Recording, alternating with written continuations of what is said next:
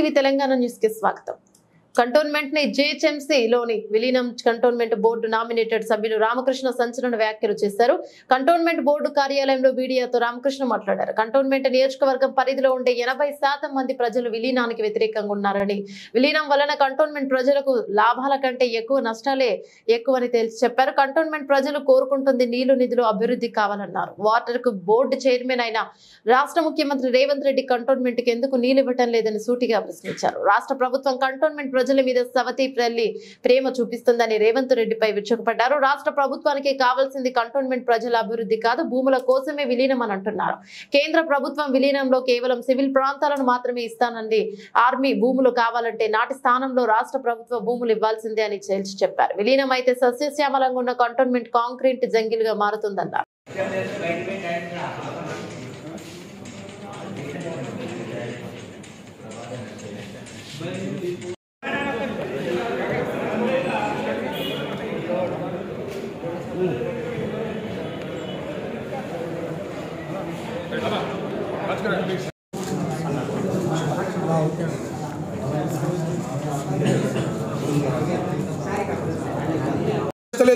ముఖ్యమంత్రి గారి ఆలోచన ఆయన ఒక దాని మీద ఇన్ఫ్లుయెన్స్ చాలా ఎక్కువ ఉంది.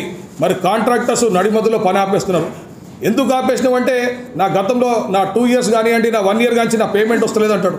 ఇక్కడ పని సగం స్టార్ట్ చేసి ఆపేస్తున్నాడు. మరి మా కంటోన్మెంట్లో ఆ పరిస్థితి లేదు. ఈరోజు మేయర్ గారు కౌన్సిల్ మీటింగ్ ఎప్పుడు పెడతారో వాళ్ళకే తెలియదు. ఒక కార్పొరేటర్కి ₹1 ఫండ్ ఇచ్చిన పాపానికి ఇంతవరకు జిహెచ్ఎంసీ పోలేదు. మరి కార్పొరేటర్ అంటే కంటోన్మెంట్ మర్జర్పై కంటోన్మెంటు ఫ్యూచర్ ఏ విధంగా ఉంటుందని చాలా మటుకు స్పెక్యులేషన్స్ ఉన్నాయి.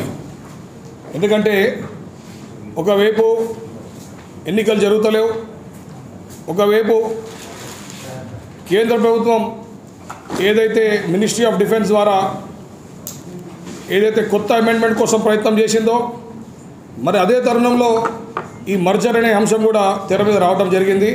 మరి దానిపై పూర్తి క్లారిటీ ఇవ్వడానికి ఈరోజు ఈ ప్రెస్ మీట్ పెట్టడం జరిగింది. ప్రధానంగా కంటోన్మెంట్కి ఒక చరిత్ర ఉంది. కంటోన్మెంట్కి it is known as the lung space of the Hyderabad. ఆ విధంగా కంటోన్మెంట్కి చాలా పెద్ద క్రెడెన్షియల్స్ కూడా ఉన్నాయి.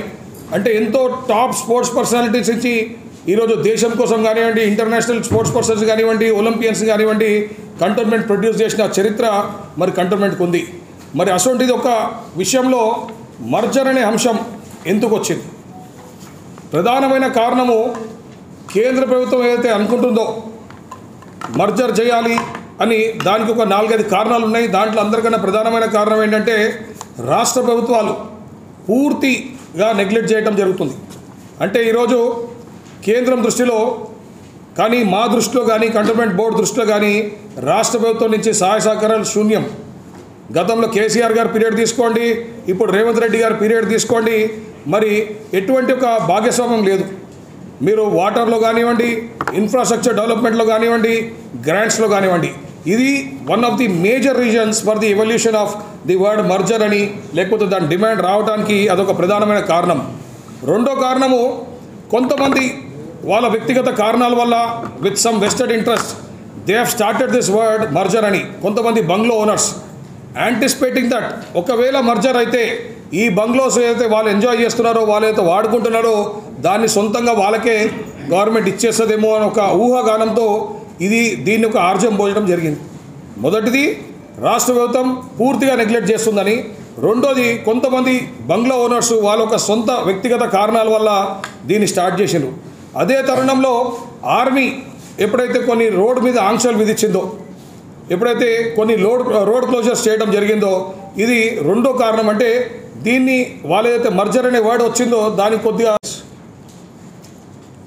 మర్జర్ అనే కాన్సెప్టు స్టేట్ గవర్నమెంట్ ఫెయిల్యూర్ మీద ఎన్నో సంవత్సరాల నుంచి నడుస్తుంది. దాని ప్రధానమైన అంటే మినిస్ట్రీ ఆఫ్ డిఫెన్స్ ఈ ఒక ఆలోచన చేసిందంటే ప్రధానమైన కారణం స్టేట్ గవర్నమెంట్స్ ఇక్కడ బాధ్యత తీసుకుంటలేవని. మరి ఈరోజు నేను చూస్తూ ఉన్నా రేవంత్ రెడ్డి గారు కేవలం ల్యాండ్ కోసం, అంటే కంటోన్మెంట్లో గతంలో కేసీఆర్ గారు కానీ, ఈరోజు రేవంత్ రెడ్డి గారు కానీ కేవలం మా దగ్గర ఉన్న సర్ప్లస్ ల్యాండ్స్ని ఈ విధంగా ఫ్రీ ల్యాండ్స్ ఉన్నాయో దాన్ని ఏం చేసుకునే కానీ మా కంటోన్మెంట్ ప్రజల మీద ఏం లేదు. ఈరోజు రేవంత్ రెడ్డి గారు డెవలప్మెంట్ చేస్తా అంటే ఎవరు ఆపారు? మా దగ్గర వచ్చి ఇన్ఫ్రాస్ట్రక్చర్ డెవలప్మెంట్ చేస్తా అంటే ఎవరైనా ఆపినరా? ఇన్ఫ్యాక్ట్ వాళ్ళని వెల్కమ్ చేస్తున్నాం. మాకు కావాల్సిన వాటర్ సప్లై ఇమ్మంటే ఆయన ఇవ్వకపోవటం మరి బాధాకరం. మరి వాటర్ సప్లై ఇవ్వడానికి రేవంత్ రెడ్డి గారికి ఏం అడ్డం ఉంది? మా కంటోన్మెంట్కి ఏమైనా గ్రాంట్స్ ఇవ్వడానికి కానీ నిధులు ఇవ్వడానికి కానీ ఎవరు అడ్డపడుతున్నారని నేను అడుగుతున్నాను రేవంత్ రెడ్డి గారిని. కానీ ఏదో చిన్నపిల్లలాగా మీరు మర్జు చేస్తేనే నేను చేస్తా అంటే ఇప్పుడు చేయలేను, ఫ్యూచర్లో చేస్తాను ఏం నమ్మకము? 118 కాన్స్టిట్యున్సీల్లో పనిచేస్తున్నారు ఏ ముఖ్యమంత్రి అయినా. గతంలో కేసీఆర్ గారు కానీ ఈరోజు రేవంత్ రెడ్డి గారు కానీ. రేవంత్ రెడ్డి గారు ఇక్కడ ఎంపీ అయిండు.